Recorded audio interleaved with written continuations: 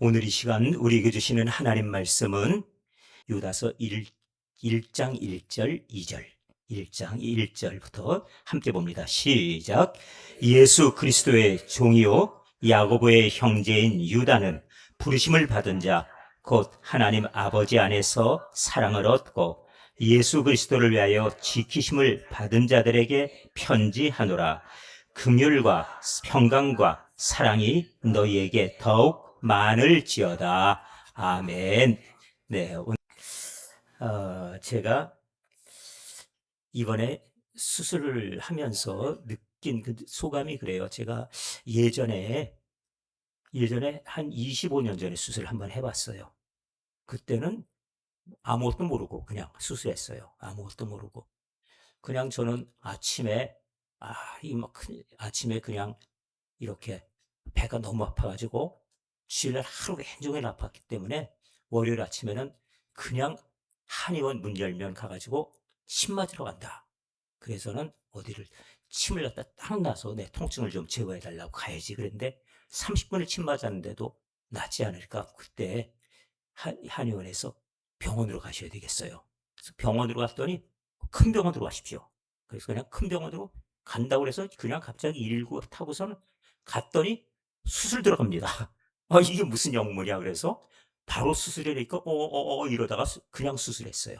그게 25년 전에. 근데 그 사이에 그냥 주일 새벽부터 아팠는데 월요일 아침에 그러고 갔더니 맹장이 그 사이 터졌다고. 하여튼 뭐 그런 소리를 하길래 하여튼 하나님의 은혜로 그래도 이렇게 잘 치료 마치고 살았구나 하고 감사 여기며 25년 세월을 지냈습니다. 그런데 이번에는 제가 이 수술 때 딱 누우면서 마음의 준비가 잘 됐어요. 지난 주일날 예배 끝나고 그리고 나서 병원에 가서 첫 수술 때 누웠는데 아, 감사하다. 내가 옛날 드라마 봤을 때는 수술한다 그러면 뭐 이렇게 깨어나지 못해도 그건 병원 책임 아니라고 알아서 그냥 그런 줄 알아라. 그리고 소명한다고 그랬는데 그런 얘기 들어보셨죠? 소명 안 하더라고요. 그러니까 안 죽나 보다. 그런 마음이 드니까 그게 감사해요. 근데 그게 이제 표면적인 감사였고 내면적으로 수칠 탁 들어가는데 어? 오, 제 아내가 와 있는 거예요. 나 수술 몇 시쯤에 예정이라 그랬더니 근데 마음속에 감사하다. 내가 수술하고 저 사람이 안 아파서 너무 감사하다. 이 마음이 들어요. 기왕 아픈 일은 내가 했으면 좋겠는데 늘 그런 마음이 있었거든요. 근데 그걸 못 해줘서 늘 미안했었는데 이번엔 참 그게 고마웠어요. 그리고 제가 그 딱 침상에 누웠는데 무슨 생각이 드냐면은 가만 이렇게 누워 있으면 천사가 눈 딱 감은 순간에 날 데리고 천국 가는 것이 바로 그게 죽음 아닌가? 그 생각이 드는 거예요. 그러니까 마음속에 내가 죽음을 맞이하면은 그때도 마찬가지로 병원에서 딱 이렇게 딱 누워 있으면 그때 여기 이 사람들이 날 실제로 막 옮겨가는 것처럼 천사들이 날 들어서 분명히 옮겨줄 거야. 그런 체험이 되는 거예요. 예전에 수술할 땐 그런 게 없었거든요. 그냥 정신이 하나도 없었어요. 막 급해요, 막 바빠요. 그냥 병원에 도착하자마자 막 그냥 들고 뛰고 그랬는데 이번에는 여유가 있다 보니까 마음에 그런 어떤 느낌을 가졌어요. 그런데 제가 마지막으로 느낀 그 소감이 무엇이냐면은 이런 겁니다. 가만, 내가 깨어났을 때 그때 가서 하나님께서 나를 천국으로 옮겨주시리라. 그 느낌이 오니까 그렇게 마음이 행복해요.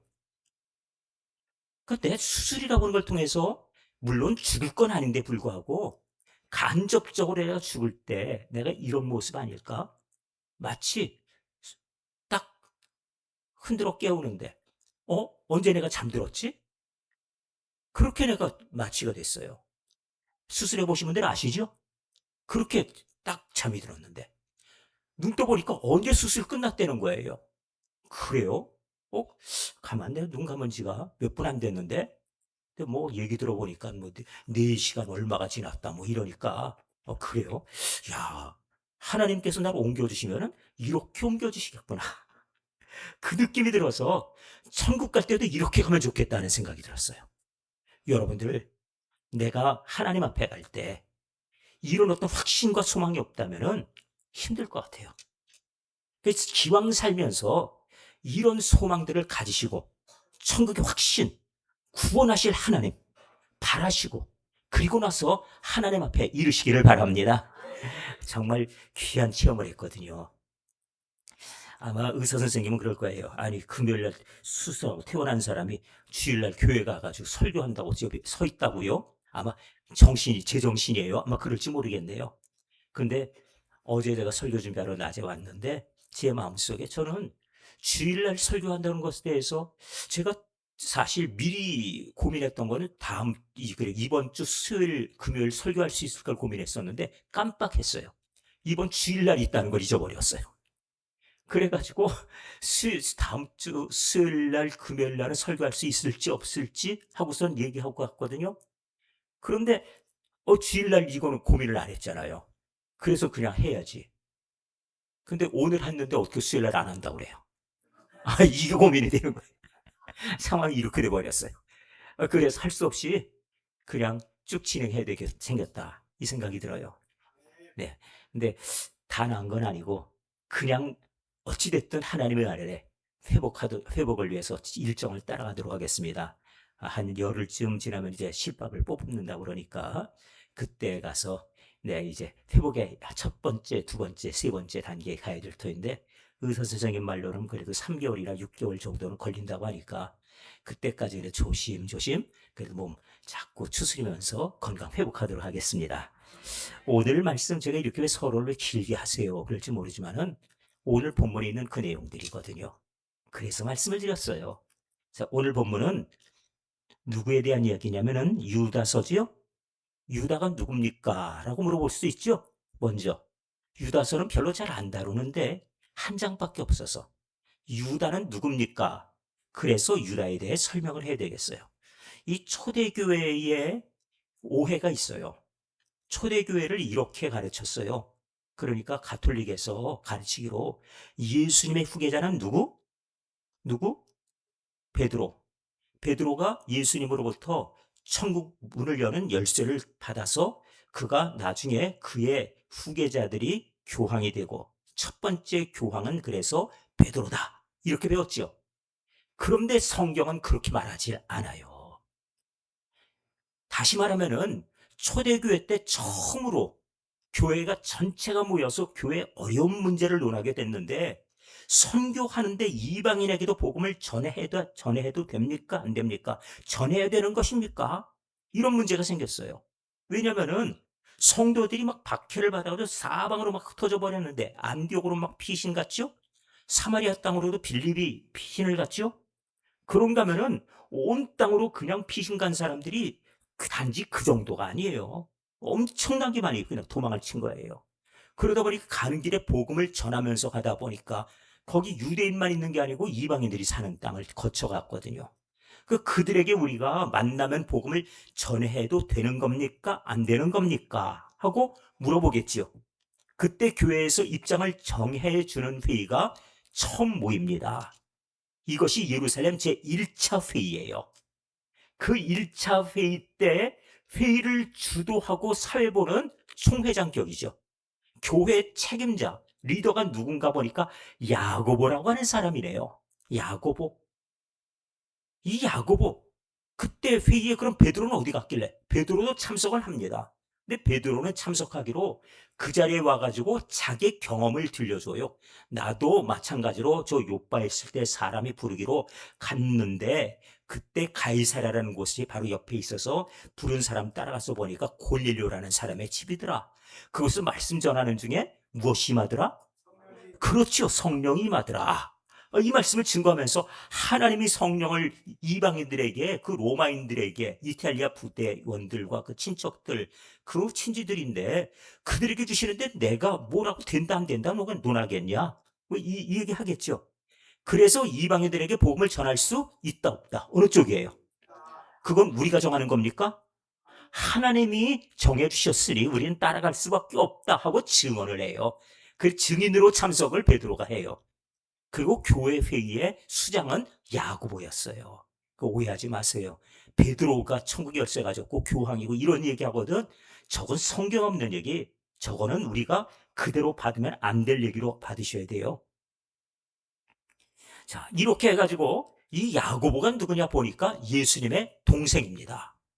친동생이라고 얘기하기는 좀 뭐예요. 예수님은 성령의 감동으로 태어났는데 태어나고 난 다음에 요셉과 마리아가 결혼 생활을 시작하게 되죠. 그때 동생들이 여러 명 태어나요. 이 사실을 성경이 기록하고 있을까요? 아니면 제가 전설을 얘기할까요? 어떻게 어디 있다 뭐 어디라고요? 성경이요, 전설이요? 이스라엘 역사에 있는 전설 아닐까요? 네. 성경 마태복음 13장 55절 보시면 동네 사람들의 얘기 들어보세요. 예수님이 이 나사렛 땅에 왔어요. 그랬더니 동네 사람들 얘기 들어보세요. 자, 예수님을 향해 뭐라고 얘기합니까? 이는 그 목수의 아들이 아니냐. 그 어머니는 누구? 마리아고, 그리고 그 형제들은 누가 있다고 합니까? 이, 그러니까 바로 밑에 동생이 누구요? 그 야고보가 교회 리더가 돼 있는 거예요. 그리고 그 밑에 또 동생이 또 있지요? 아버지의 이름을 물려받은 누구? 그러니까 아버지 이름이 요셉인데 아들도 요셉이 될 수 있나요? 없어요? 있습니다. 있습니다. 서양에선 아니, 이 우리나라는 지금 그것이 안 되죠. 그리고 독재국가에서는 왕이 쓴 이름은 국민들은 아무도 이 글자 쓰면 안 돼. 이렇게 하죠. 그런데 아버지의 이름을 물려받고 대신에 뭐라고 불러요? 주니어, 2세, 3세, 4세 이렇게 하는 거 아시죠? 그렇게 이름을 물려받아요. 헤롯의 아들이 누구요? 헤롯. 근데 아그리빠라든지 뭐 아니면 그 밖에 헤롯으로서 또 자기 이름을 또 이렇게 물려받게 되겠죠? 안티파스라든지 이런 식으로. 그러니까 아버지 헤롯이 있지만은 또 그 헤롯이 이 예수님 어린 시절 죽었다. 그래가지고 와서 보니까 또 헤롯이 있어요. 그 헤롯은 아버지 헤롯이 아니라 누구요? 아들 헤롯. 그것처럼 또 아버지 이름을 물려받은 요셉이 있다는 얘기예요. 그 또 형제가 있지요? 시몬. 그리고 나서 누구? 여기 유다, 막내가 유다입니다. 자, 이제 유다의 정체를 아셨죠? 그러면 이 형제들의 분위기를 볼까요? 이 형제들의 분위기는 좋지 않아요. 왜냐하면 예수를 안 믿어요. 예수님이 초막절 때가 됐는데 이 형제들은 기분이 나빴어요. 왜냐하면 30살쯤 되고 난 다음에 예수님이 나는 이제 떠난다. 너희들이 어머니 잘 모셔라. 이래 놓고 나서 집을 나와버린 거예요. 그리고 나서는 집에 안 와버립니다. 그리고는 뭘 하고 돌아다녀요? 천국 복음 전한다고. 그 다음번에 병 고치고, 그리고 나서 연약한 자들을 치유하고, 아시죠? 온갖 일들을 하시는데 예수님께서 하시는 이 모든 사역들이 보기에 동생들은 기가 막히고 못마땅한 거예요. 아니, 그래도 적어도 집안에 어머니의 장자로 태어났으면은 아버지가 일찍 세상 떠나서 아버지가 없으면 그러면 집안의 가업을 이어받는 역할을 끝까지 하려면 할 거지. 30살 됐다고 갑자기 갚버려? 이렇게 돼버린 거예요. 그러니까 하는 일에 대해서 맨날 입이 대빨 나와 있다고 그래요? 이렇게 돼 있습니다. 입이 이만큼 나와 있어요. 그러니까 뭐라고 하냐면은 예수님께서 이제 초막절을 맞이하게 되는데 요한복음 7장 2절을 가보도록 하세요. 유대인의 명절인 초막절이 가까운지라. 자, 명절이 가까워졌어요. 초막절 아시지요? 지난주에 우리 오순절에 대한 말씀을 나눴지요. 그러니까 오순절이 이 초막절하고 이제 오순절은 우리들이 그 맥추라고 하는 정신, 그 다음번에 더 지나면 초막절 이렇게 돼 있는데 초막절은 그야말로 이 제대로 추수감사들을 하는 거예요. 그때는. 맥추절은 이제까지 우리가 날마다 하루하루 먹고 사느라고 하나님이 하늘에 주신 것, 이것, 그 기대하고 그리고 하루를 살았는데 이제 도착해서 처음으로 밀을 거두게 되어서 첫 수확을 하게 된 게 맥추절이죠. 그런데 이 추수감사절은 이게 달라집니다. 이때는 제대로 추수를 잘 끝내가지고 이제는 창고에다 이걸 다 거둬들이는 수장절이에요. 거두어서 저장했다는. 그런 점에서 이때 풍성함은 말로 다 못해요. 은혜 풍성은. 이 초막절이 되면은 사람들은 가장 큰 명절로 알고 어떻게 하냐면은 7일 동안 모두 다 옛날 출애굽할 때 그때 우리가 어려웠던 것을 기념해서 초막에 나가서 그들이 공동생활을 7일간 하고 애굽에서 출애굽할 때 과정을 직접 체험하면서 우리가 왜 이런 일을 해요? 우리 조상들이 옛날에 애굽에 살았단다. 그때 노예로 살다가 하나님이 이 땅에 보내주셨지. 그때 오던 길을 이렇게 우리 조상들은 이렇게 경험했단다. 이렇게 가르치고 교훈하는 그런 절기이기도 해요. 그러면서 지금 누리고 있는 이 풍성한 모두 하나님이 주신 것이야. 감사하는 절기다. 이렇게 돼 있지요. 자, 초막절을 지킵니다. 그런데 3절을 가보시면 어떤 일이 있습니까? 그 형제들이 왔어요. 그래서 예수님께 말합니다. 자, 그 형제들이 있는 것 분명하지요? 네. 보니까 천주교 성경은 형제들이 없다고 다 빼버렸더라고요. 근데 성경을 우리가 임의로 막 빼버리면 안 되는 겁니다. 왜냐하면 이 동정녀, 다시 말해 마리아를 신과 동격으로 놓으려고 하다 보니까 어떻게 요셉의 아이를 낳을 수가 있어. 이런 개념 속에서 형제들이라는 얘기를 일단 기록을 삭제해 버렸어요.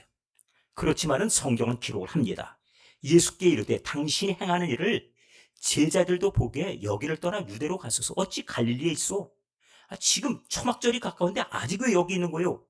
그러면은 기왕 이렇게 나와가지고 뭘 하겠다고 그러거든. 이 동네에서 얼쩡거리고 갈릴리에 머물러 있지 말고 저 예루살렘 가고 저기 큰 수도에 가가지고 거기 가서 당신의 이름도 드러내고 그리고 내가 하는 일이 이런 것이다 하고 한번 제대로 하려면 하고 말려면 말지 여기서 왜 이러고 있는 거요? 하고 지금 내용이 지금 보십시오. 보기 어떤 느낌이에요? 느낌이 동생이 형들을 형이라고 하는 지금 예수님을 지지하는 입장입니까? 아니지요. 그래서 하는 일을 모두가 알기에 예루살렘으로 가는 게 맞지 않습니까? 이렇게 유대로 가소서 하고 얘기를 해요. 예수님이 그때 뭐라고 대답합니까? 스스로 나타나기를 구하면서 묻혀서 일하는 사람이 없나니 그들이 이렇게 말합니다. 자, 자기를 나타내려고 지금 하시는 일이라면 어찌 이런데 묻혀서 일을 하겠습니까? 만일 자기를 드러내서 자기 하는 일을 알리고자 비록 집을 나와서 하는 일이라면 모든 사람에게 드러내는 것이 맞지 묻혀서 일하는 건 이건 옳은 일이 아니지 않습니까? 라고 얘기를 해요. 그러니까 당신이 하는 일을 자신을 세상에 나타내소서 이렇게 말합니다. 이렇게 하니 5절 이렇게 말하는 까닭은 그 형제들까지도 예수를 믿지 아니하기 때문이다. 이 얘기예요. 안 믿었어요. 불만이 가득했어요. 성경이 증언하는 바는 형제들도 믿지 않았다 설명합니다. 그러니까 예수님에 대해서 지지하는 입장이 아니겠죠? 아니, 다 남들보다도 더 불만이 차 있었을 거예요. 이런 상황인데 그런데 예수님께서 거기 답변합니다. 8절로 가보세요. 뭐라고 답변합니까? 너희는 명절에 올라가라. 내 때가 아직 차지 못하였으니 나는 명절에 아직 올라가지 아니하노라. 명절에 올라간다는 얘기입니까? 안 올라간다는 얘기입니까? 안 올라간다고요? 올라간다는 얘기입니다. 왜? 뭐라고 돼 있길래? 한 단어가 안 보이세요? 아직, 아직 내 때가 안 차서 아직 안 올라가는 거예요. 내 때가 차면 그때 올라갑니다. 그렇게 지금 말씀하셨죠. 이 구절을 잘 읽어야 돼요. 예수님은 아직은 내 때가 안 찼기 때문에 지금 출발하면은 명절 시작하는 날 도착해야 되는데 왜 아직 여기서 이러고 계시오? 라고 얘기하고 자기 출발하면서 불만스럽게 말했죠. 기왕 당신이 하는 일을 갖다가 나타낼 거면은 명절 초반부터 나타나서 당신 일을 드러내십시오. 그랬는데 내가 나를 드러내러 가는 것이 아니다. 하고 대답했어요. 그리고 14절 가보십시오. 명절 중간이 됐습니다. 그러니까 명절이 첫날이 아니죠? 명절이 며칠 지났어요. 그런데 예수님께서 어찌 하셨습니까? 어디 성전이에요? 예루살렘에 온 겁니다. 그러니까 남들이 명절 시작했는데 그때쯤 출발하셨는지 명절 중간 때쯤이라니까 늦지막히 오신 거예요. 도착을 했어요. 그래서 예루살렘의 성전에 올라와서 가르치고 계시더라는 겁니다. 뭘 가르쳐요? 하나님께서 하시려는 그 일을 지금 가르치고 있는 거예요. 예수님이 이 땅에 오신 것은 자신을 드러내려 하심입니까? 아니지요. 그 세상 사람들이 오해하고 있는 게 그거예요. 교회가 이 세상 속에서 자신의 존재를 드러내는 존재가 아니고 누굴 드러내요? 하나님 드러내는 거예요. 하나님이 하시는 일을. 그게 그거지. 아니에요. 달라요. 분명히 그렇습니다. 마귀가 예수님이 시험할 때 뭘 했어요? 당신이 하는 일을 드러내려면 모든 사람이 인정하면 더 좋지 않습니까? 그 당신이 하나님의 아들이라고 그러는데 하나님의 아들이어든 이 돌들로 떡덩이 되게 하십시오. 그랬지요? 돌들로 떡덩이 되게 하려는 게 아니라 하나님의 아들임을 증명하라는 거예요. 그리고 나서 성전에 데리고 올라가서 또 뭘 묻습니까? 이 성전 꼭대기에서 뛰어내리라 그랬다고요? 그게 시험이 아닙니다. 당신이 만일 하나님의 아들이어든 이것을 지금 증명하기 위해서 뛰어내리라는 거죠. 그러니까 한 번이 아니고 똑같이 또 그걸 묻는 거는 끝까지 너의 존재, 너희가 누구인가 그걸 나타내라. 여기 지금 동생들도 당신이 누구인지 세상에 자신을 나타내려거든 계속 같은 얘기하죠. 사람들한테는 이런 본능이 있어요. 욕구가 있어요. 마귀가 끊임없이 자극하는 시험이 있어요. 너를 갖다 증명하고 너를 알아주는 것. 그래서 교회에서 이렇게 말하는 사람이 있어요. 나 이 교회에서 나 알아주지 않으면 나 딴 교회 갈래. 그리고 나서 딴 교회 간대요. 그래서 또 그 교회 가보니까 또 알아줘요? 거기도 이미 자리 잡은 사람들이 있네요. 그리고 뭐라고 합니까? 어디서 굴러온 돌이 박힌 돌을 갖다 밀어내려고 그래? 또 기분 나쁘죠? 한마디에. 또 나와요. 자기를 증명하러 돌아다니니까 있을 자리가 없어요. 아니, 신앙생활 그렇게 하는 거 아니에요. 신앙생활은 하나님의 뜻을 나타내고 주님 하시는 일을 증거하는 것이 그게 바로 신앙생활이에요.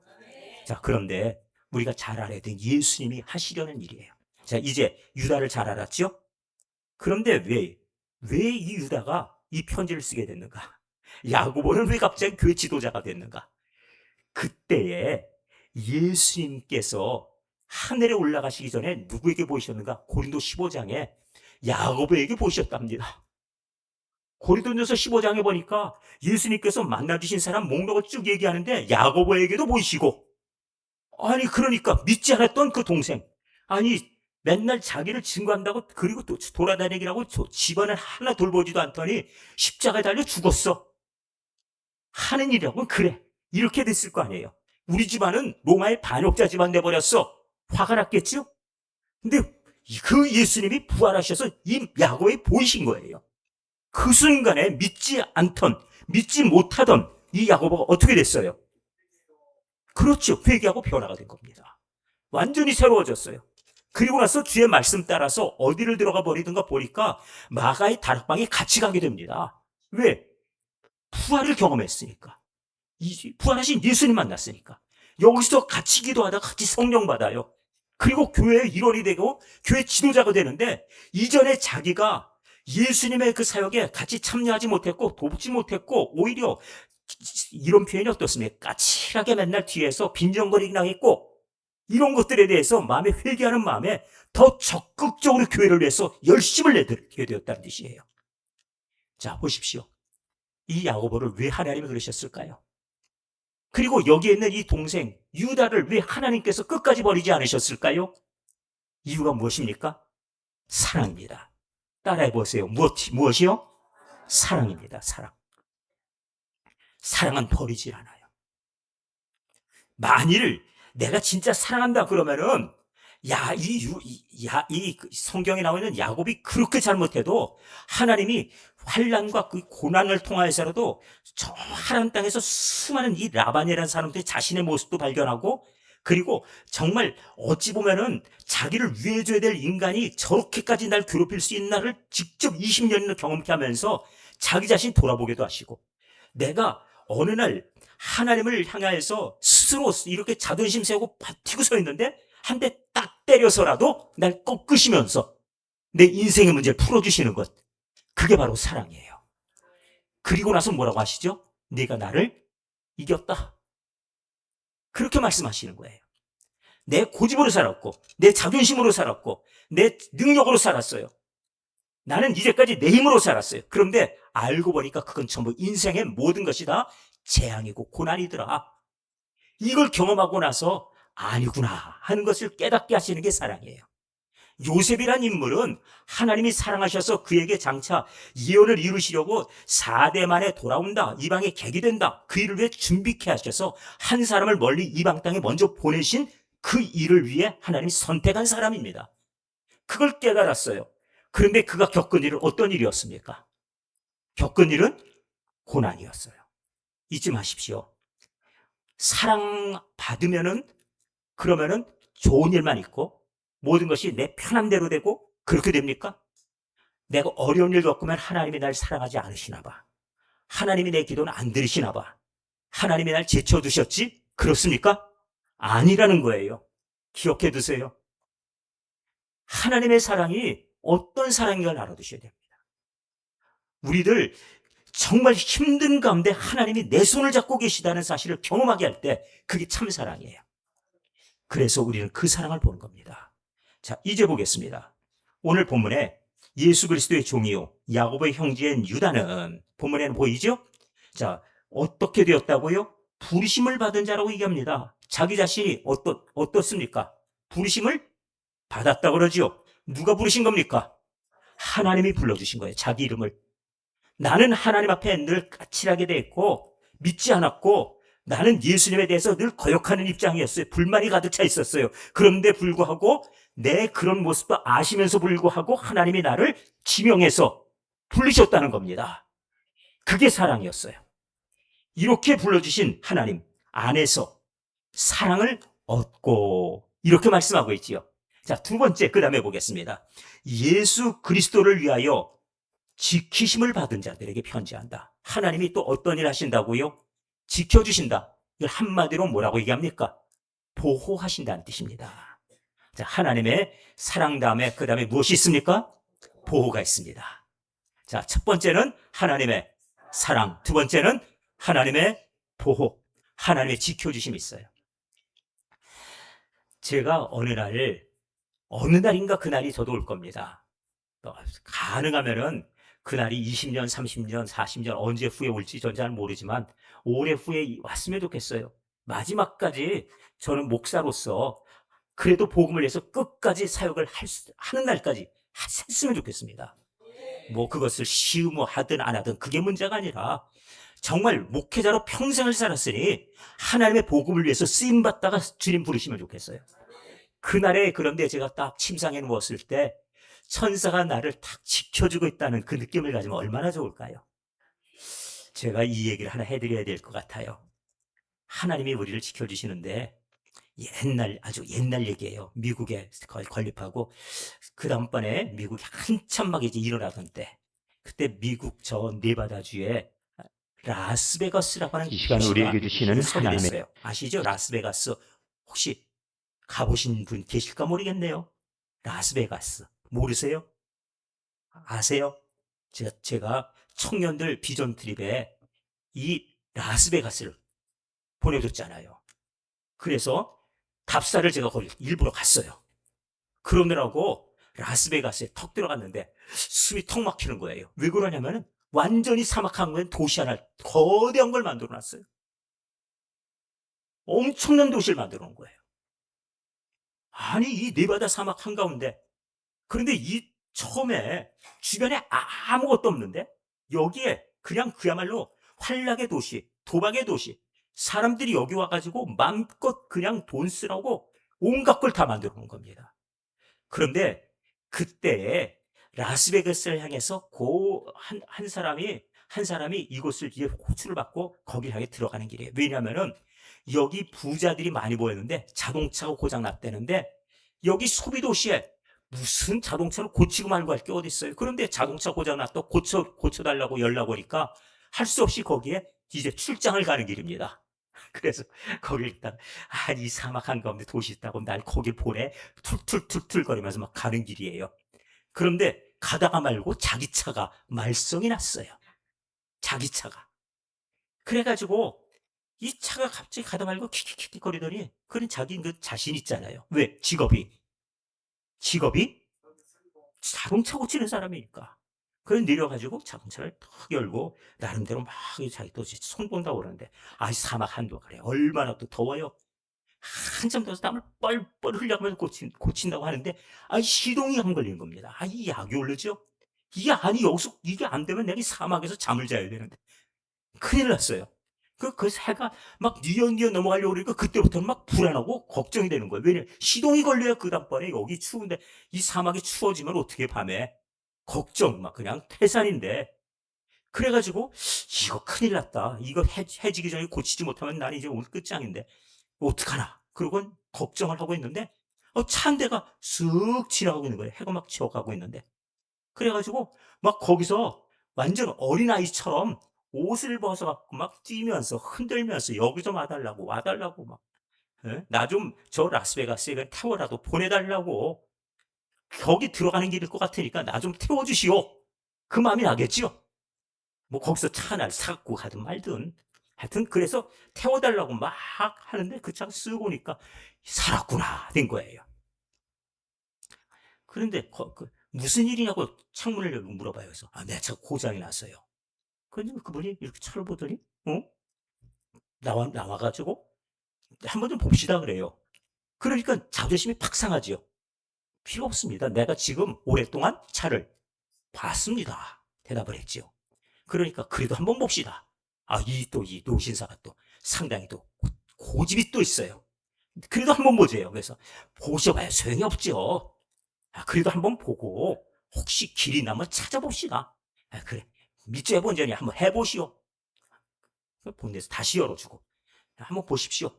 그랬더니 그분이 척 들여다보더니 이렇게 하더니 시동 걸어봐요. 그러는 거예요. 그게 걸리겠어요? 그런다고? 걸리겠습니까? 안 걸리지요. 자기는 자동차를 아는 사람인데. 그래가지고는 하는 얘기가 아니 이런다고 시동 걸립니까? 그래서 휙 돌리고 하는데 부릉 걸리는 거예요. 이 기사가 지금 정신이 팍 나갔어요. 그럴 수밖에 없는 이유가 있지요. 나는 이거 고치는 사람인데 당신은 누구요? 이 얘기를 든 거예요. 그래서 선생님 누구십니까? 이름 물어봤어요. 그랬더니 하는 얘기가 내가 이 자동차를 만든 헨리 포드요. 내가 자동차를 많이 고쳤다, 기술자다 했지만은 이 자동차를 만들었다는 사람 앞에는 아무것도 아니더라 이거예요. 자, 보세요. 하나님께서 우리 몸을 만드신 분이에요. 그러면은 그 하나님이 날 지켜주시마 그럴 때 괜히 거기에 서가지고 내가 병상에서 아유 이거 어떻게 이거 하나님이 날 고쳐주실래나 날 지켜주실래나 그러고 있을 필요가 있나요? 나를 지켜주신 하나님이 바로 나를 창조하신 하나님이고 그리고 사람의 몸을 지으신 하나님이신데 의사의 손길을 통해 쓰시겠다는데 이사야 43장 1절 가보세요. 이사야 43장 야곱아 너를 어떻게 하셨다고요? 그렇습니다. 창조하신 여호와께서 지금 말씀하신다. 이스라엘아 너를 지으신 이가 지금 말씀하신다. 너는 두려워하지 말라.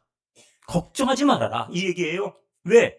내가 너를 구속하였고 내가 너를 지명하여 불러나니 너는 유다에게 뭐라고 했습니까? 하나님이 부르셨다 그랬지요. 지명하여 부르신 겁니다. 너는 내 것이라. 그 사랑은 이렇게 시작됐어요. 하나님의 사랑이 이렇게 시작됐다는 사실을 우리는 이 유다의 고백을 통해 보셨죠? 2절 보십시오. 하나님이 이제 어떻게 하시는지. 네가 물 가운데로 지날 때 내가 너와 왜 함께 합니까? 왜 함께 하죠? 내가 아들하고 같이 이렇게 길을 걷다가 같이 걷다가 아들이 위태로에 있으면 아버지가 어떻게 해요? 아들을 번쩍 들어 안아주겠죠. 함께 했다는 얘기는 구경하고 있다는 뜻이 아니에요. 지켜준다는 얘기예요. 내가 너와 함께 할 것이라. 강을 건널 때 물이 너를 침몰하지 못하게 막아줄 것이고 강도 너를 해하지 못하게 한다는 뜻이에요. 그 다음번에 네가 불 가운데로 지날 때 그 불이 너를 타지도 아니할 것이다.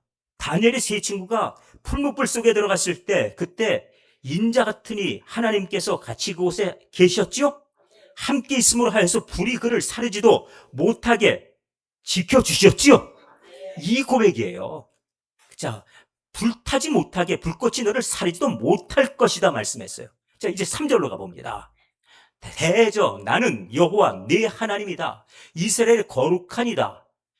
네 하나님이라고 말씀해요. 이스라엘의 거룩하니 너의 구원자라고, 너를 지켜주는 자라고, 너를 구원할 자라고 말씀합니다. 그러면서 내가 애굽을 너의 속량물로 주었다고. 애굽이라는 나라를 너의 잘못, 너의 그동안의 모든 연약함, 모든 것을 사하기 위해서 애굽을 너 대신 속량물로 주었다. 구스아스바를 너를 대신해 주었다. 그러니까 너를 구속하기 위해서 값을 대신 치른 나라가 저 애굽이 될 것이고, 저 아프리카에 있는 구스, 그리고 이디오피아나 스바나 이런 나라들이 너희를 내가 지명해서 내 백성 삼고 내 자녀로 내가 불러내기 위해서 그들을 모두 다 속량물로 다 희생하고 그들을 다 넘겨주었다. 이렇게 말씀해요. 보십시오. 하나님의 사랑이 어디까지 컸는지. 우리를 지켜주심의 약속이 이렇게까지. 그래서 어떤 강도 우리를 침몰시키지 못한다. 홍해 지난다. 걱정하지 말아라. 그 홍해물이 너를 침몰시킬 것이냐? 내가 너와 함께 있다. 불이 너를 사른다 할지라도 내가 너를 막아줄 것이라 말씀해요. 하나님이 지켜주시면 그렇습니다. 천국 가기는 그 길에 우리들 이런 마음에 담대함이 있기를 바랍니다. 왜? 하나님이 지켜주시니까. 자, 마지막으로 이제 우리 짧게 볼 것이 세 번째입니다. 2절 무엇입니까? 긍휼과 평강과 사랑이 너에게 더욱 많을지어다. 할렐루야. 할렐루야. 축복은 바로 이렇게 오는 겁니다. 하나님의 긍휼. 우리가 자격이 없음에도 불구하고 우리를 그래도 용납해 주시는 긍휼. 그 다음번에 또 무엇으로? 평강. 우리 마음을 평안하게 하시는 것. 샬롬으로. 그 다음에 또 무엇으로? 사랑으로. 하나님이 나를 사랑하세요. 그런데 마귀는 이 반대 역할을 합니다. 그래서 우리 인생을 가능한 한 무엇을 만드냐면은 걱정하게 만들고, 불안하게 만들고, 두렵게 만들고, 그리고 우리로 하여금 자꾸 자기 자신을 지키기 위해서 애를 쓰게 만들어서 스스로 상처를 입게 만들어요. 그래가지고 누가 혹시라도 나 무시하는 봐라. 무시하게만 하면 가만 안 있어? 이렇게 하고서는 아주 마음이 여기에 예민해가지고 나 건들기만 해봐. 가만 안 있어. 이렇게 하고서는 사람을 지켜보니 그 자리가 평안해요? 불안할 수밖에 없어요. 그리고 나서 혹시라도 한마디로 나한테 뭐라 그러면은 그래 너 잘났다. 이걸 한번 해줘야죠. 그러니까 손에 뭘 들고 있어요? 송곳. 누가 나한테 한마디만 해봐. 내가 이걸로 반드시 찔러버린다. 송곳을 들고 있어요. 그래서 항상 날카로운 말을 준비하고 살아요. 그러니까 사람들한테 계속해서 내 감정으로는 팍 한마디 해주고 또 한마디 팍 해주고 그러다 보니 사람들이 뭐래요? 저 사람 상종하지 마. 이렇게 돼버리네요. 그러니까 우리 인생이 그런 인생 아니에요. 왜 그렇게 살아요? 인생을 찌질하게 살 이유도 없어요. 제가 담임 목회하러 왔더니 주변 동네 목사님들이 자꾸 뭐라 그래요. 너희 전임 목사님 커피 한 잔도 안 사, 밥 한 번도 산 적 없고 맨날 그 소리만 해요. 그 소리도 한 번, 두 번 듣지. 그래서 뭘 그리 잘못하셨길래 그랬더니 그분 20년 계신 동안에 밥 한 번 산 일 없어. 맨날 이 소리만 해요. 이 가난의 영이 들어가면요 목사도 거지가 돼요. 알고 계세요? 밥 한 번은 못 사요. 목사만 그렇습니까? 이게 왜 그러죠? 가난의 영이라는 게 있어갖고 가난의 영이 뭡니까? 남이 나한테 뭘 좀 줬으면 좋겠다. 이 마음이에요. 그리고 조금 더 가졌으면 좋겠다. 얼마쯤 내가 돈을 갖고 재산이 있으면 이 마음이 없어질까요? 이 마음이 얼마쯤 있으면 재산이 내가 집이 2개가 있으면은 그러면 이제 됐다. 이렇게 되는가요? 몇 개 있으면 좋아요? 2개가 생기면 3개면 좋겠죠. 3개 생기면은 그 다음에 4개면 좋겠죠. 우리나라에 집을 1000채가 넘게 가진 사람이 있더라고. 그 사람은 그거 가졌으니까 이만하면 됐다? 돈 벌어서 또 갖다 붙이자. 이렇게 하겠죠? 만족이 있어요? 계속 갖다 붙이고 싶어요? 그 마음 갖고 계속 끌어모으다가 죽어요. 불쌍한 겁니다. 거지 영이 들어가면 그래요. 그래가지고 온갖 거 끌어모으느라고 정신이 없어요. 그런데 별것 가지고 있지도 않은데 불구하고 주머니를 열어서 늘 베풀 수 있는 사람이 있어요. 부자형이 들어간 거예요. 무슨 뜻인지 아시죠? 그러니까 내가 정말 하나님께서 주시는 이런 어떤 은혜를 받고 나면은 이 거지의 영이 사라져 버려요. 가난의 영이 떠나가요. 가난의 영을 가지면 어떻게 사는가 보면 옷도 항상 찌질하게 입어요. 남들이 나 궁핍하게 봐야지 나한테 뭐라도 하나 줄 것 같으니까. 맨날 흐트러지게 살고. 그리고 남들이 나한테 뭐 하나 줄까? 이건 기대하고 바라보고. 왜 그러고 살아요? 교한 남들한테 내가 뭘 줄 수 있는가 생각해야지. 누가 날 혹시 괴롭히지 않을까? 이렇게 살지 말자고요. 내가 남들에게 평강을 나눠주고 내가 받은 은혜를 나눠주면 좋지 않아요? 이번에 제가 좀, 건강 관리 좀 잘해야겠다. 혈관 상태가 안 좋은지 간호사가 여기 찔렀다가, 아닌데? 혈관이 밀려갔어요? 그래요? 다시 좀 해보더니, 이거 아닌가 본데? 한 번만 더 해볼게요. 예. 한 번 더 해보더니, 안 되겠네요. 딴 간호사 좀 불러올게요. 예. 또 해보더니, 이거 여기보다는 여기가 나을 것 같은데요? 6번을 찔렀어요. 그래서 6번을 찔렀는데, 또 거기 또, 이게 또 이렇게 항생제를 맞으니까 항생제가 탁, 그래가지고, 항생제가 이상한데 아파요. 그러더니 물집이 막 올라가서 터져버렸어, 피부가. 그래서 오늘, 이따 보실 거니까. 이렇게 해서 팔이, 보이시나요? 뻘그스름하게. 별것도 아니에요. 그럴 수도 있지. 근데 내가 웃으면서 간호사하고 이러니까, 얘 내가 잘못했네. 내 혈관이 안 좋죠? 그러니까, 그러잖아. 또 이거 2번 찔러면 벌써 화내신 분도 많은데, 어찌 한 번도 저희한테 야단도 안 치시고, 그래서, 아니, 누가 일부러 괴롭히려고 그러는 사람 있나? 잘 하려고 하는데 안 된 거지. 그런 거 아니겠어요? 그러니까, 내가 지금 조금이라도 피해 입으면 남 못 견뎌. 하여튼 어떻게라도 내 걸 갖다 난가품 해야 되고 조금이라도 나 손해 입으면 안 돼. 이렇게 살면 인생이 피곤하잖아요. 주소 한 번 더 찌르면 어때요? 2번 더 찌르면 어떻고? 사실 조금 아프긴 하지만 조금 아프긴 해요. 따가울 거예요. 그래서 따갑네. 왜 그랬어요? 따갑네. 예. 근데 제가 예전에 조금 엄살이 많았거든요. 그래서 하나님께서 그 모든 과정을 지금 다 바꾸고 엄살 부리지 마라. 한번 해봐라. 참을 수 있니? 하고 물어보시니까 참아요. 지금 그런 중이니까요. 그래 저도 그런 과정을 겪으면서 그럴 수 있겠거니. 10번 찌르면 어때요? 날 위해서 도와준다고 하는 일들인데. 그랬더니 고맙습니다. 그러고 인사하더라고요. 그렇죠. 피차 서로 잘하자고 하는 일인데 그런 점에서 우리들 살면서 주님의 평강을 그냥 나눠주면서 사십시오. 지금 우리에게 이렇게 말해요. 하나님이 우리에게 긍휼을 베푸셨고요. 평안 주셨고 사랑을 주셨어요. 그러니까 그 사랑을 마음껏 누리세요. 이게 무엇이요? 하나님의 축복이에요. 자, 다시 오늘 본문. 자, 유다가 처음에 고백하기로 자기 자신은 무엇을 입었다고요? 하나님의 사랑을 입었어요. 2번째는 하나님이 나를 보호하셨어요. 그러니까 나뿐만 아니라 모든 분들도 지켜주시기를 원합니다. 그랬지요? 그 다음번에 3번째는 하나님께서 주시는 이 모든 긍휼과 그 다음번에 평강과 그리고 사랑을 마음껏 누리세요. 그런데 이것이 하나님의 축복이에요. 기왕 살면서 남들한테 괜히 찢는 소리 하지 마시고 평강과 그 다음번에 사랑을 나눠주세요. 하나님이 나를 용납하셨는데, 정말 이 긍휼이 뭐냐면은 자격 없는데 나를 받아주신 게 긍휼이에요. 유다가 긍휼을 입었잖아요. 그렇죠? 그가 정말 처음부터 예수님 부르실 때 다른 것도 아니고 같이 살았었는데 예수님 뭐 한다 그러면 우리가 같이 도와야지 이랬던 것도 아닌데 그런데도 불구하고 하나님이 버리지 않고 우리를 은혜 아래로 품어주셨잖아요.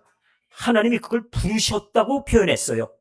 그렇게 표현했으니 그 받은 긍휼을 내가 경험하였으니 남들에게도 남들이 나에게 어떤 어려움을 끼쳐도 나는 그리스도인으로서 받은 긍휼 때문에 나도 그 긍휼을 베풀고 나눠주며 살겠습니다 하는 그 의지가 하나님의 축복 아니겠습니까? 오늘부터 입으로 이렇게 고백하세요. 나는 안 돼요. 이런 얘기하지 마세요. 마귀가 제일 좋아하는 게 무엇이냐? 이런 절망의 표현들이에요. 절망의 표현들. 하나님은 주 안에서 모든 것을 할 수 있다고 우리들에게 고백하게 하시거든요. 그렇습니다. 하나님이 기뻐하시는 건 주 안에서 모든 것을 할 수 있다. 그래서 새 역사가 열렸잖아요. 그러니까 자꾸 안 된다, 안 된다만 하지 마세요. 안 된다, 안 된다 하는 도시에 자꾸 어려움이 생기고 안 된다는 그 가정에 어려움이 있고요. 그리고 그 인생에 자꾸 힘든 것만 있어요. 제가 병원에 있으면서 이제 퇴원할 때에 대해서 뉴스를 보니까 아이고 큰일 났다. 난 저 광주 땅에 저 빨리 저 원전 서면 좋겠는데 보니까 저 어떡하나 했더니 삼성전자 노조가 회의를 했대요. 그래가지고 85%가 광주로는 절대로 삼성이 갈 수 없다고 결정을 했대요. 그러니까 노랑봉투법 아시죠? 경영을 누가 결정해요? 이제는 노조가 같이 한다 그랬죠? 노조 허락 없이는 다른 데 공장 못 옮긴다, 회사 못 세운다. 지난번에 그거 결정 났었죠? 노랑봉투법에 있잖아요. 또 이거 만들어 놨어요. 이제 그것도 이제 그 노조 설득하려면 시간도 많이 걸리게 생겼어요. 4대강 사업이 있죠? 한강, 금강, 낙동강, 영산강. 그런데 영산강, 이 영산강, 호남으로 흘러가는 이 영산강, 여기는 물이 농사 때문에 농업용수 많이 필요하거든요. 근데 물을 가둬놓으면은, 뭐라고들 얘기했냐면은, 녹조가 생겨. 이래가지고서는, 그래서, 저 팔당 때문에 암만 그래도 물 가둬놔도 안 생기는데, 소양강 들어가도 안 생기는데, 왜 물 가두면 누가 그 생긴다고 그래? 아무 소리 하지 마. 그냥 생기는 거야. 그러고 나서는 거기 물 가두는 시설들 있죠? 해놓은 거. 그 볼을 갖다 다 때려 부숴놨잖아요. 물 다 보내놨어요. 그러니까 이거 볼을 갖다 다시 만들려면은 그러면은 이게 원전이 됩니까? 이거 안 되죠? 뭐 AI 시설? 그거 안 되는 거거든요. 그러니까 지금 뭐냐면 화순에는 동복댐을 15m를 높여갖고 하는데 어쩌고 얘기를 하고 있는데, 아니 그게 비가 그 동네가 뭐 매년 또 그렇게 또 다 항상 그만큼 안 채워준다네요. 그러니 때려 부수지 않으면 얼마나 좋아요. 광주에 거기 신세계 들어간다고 그럴 때 거기 그거 들어오면 안 된다고 시위해가지고 못 들어오게 했는데 그러니까 광주 사람들 대전까지 쇼핑하러 다니고 왜 그렇게 해요? 뭐 한다 그러면 그냥 알았다 고맙다 이러고 그냥 누리면 되지. 그 축복도 받을 만한 그릇이 돼야 돼요. 제가 오늘 이렇게 말씀드려도 받을 만한 그릇이 돼야 돼요. 이걸 갖다가 말씀드리면서 에이 나는 그건 나한테는 해당 없어 이러면 그건 아무것도 아니에요. 그러니까 오늘 말씀 다시 한번 첫 번째 하나님은 나를 사랑하신다는 거예요. 두 번째 하나님이 나를 보호하신다는 것이고요. 세 번째 하나님이 나를 축복하신다. 나는 축복의 당사자예요. 그러니까 하나님의 축복을 어떤 마귀가 와서 가로막을 쓰고 뺏을 수 있는가? 난 하나님의 자녀야. 이런 마음 가지고 당당하게 살아가십시오. 하나님의 백성된 입장에서 뭘 걱정하고 살아요? 뭐 그렇게 살지 말자는 거예요. 우리 아버지가 계신데 왜 걱정해요? 자, 이제 우리들 당당하게 세상을 향해서 나간다. 하나님의 아들이다. 하나님께서 나를 사랑하신대. 하나님이 나 지켜주시오. 그래서 아버지와 함께 걸어가는 그 아들이 으쓱으쓱 하면서 걸어가는 것처럼 당당하게 승리하며 살아가시기를 주님의 이름으로 기원합니다. 기도하겠습니다. 아버지 하나님 고맙습니다. 오늘 말씀을 받았사오니 이 말씀 속에서 우리의 믿음을 굳건히 세워가게 하여 주시고 하나님의 사람으로서 우리의 존재가 더욱 빛이 나게 하여 주시옵소서. 누가 나에게 하나님의 뜻을 전해주면은 기쁜 마음으로 받도록 하여 주시고 겸손하게 듣게 하여 주시고 하나님께서 나에게 세미하게 들리실 때 민감하게 들을 수 있도록 도와주옵소서. 마귀의 그런 속삭임이라면은 과감하게 물리칠 수 있도록 하여 주시고 지혜롭게 분별할 수 있도록 도와주시옵소서. 이제 우리들은 하나님의 자녀가 되었사오니 주님의 능력과 주의 권세 아래에서 당당하게 주의 손 붙들고 세상을 향해 힘차게 발걸음 옮기게 하여 주옵소서. 나를 지켜주시고 나를 보호하시는 예수 그리스도 이름으로 기도하옵나이다. 아멘.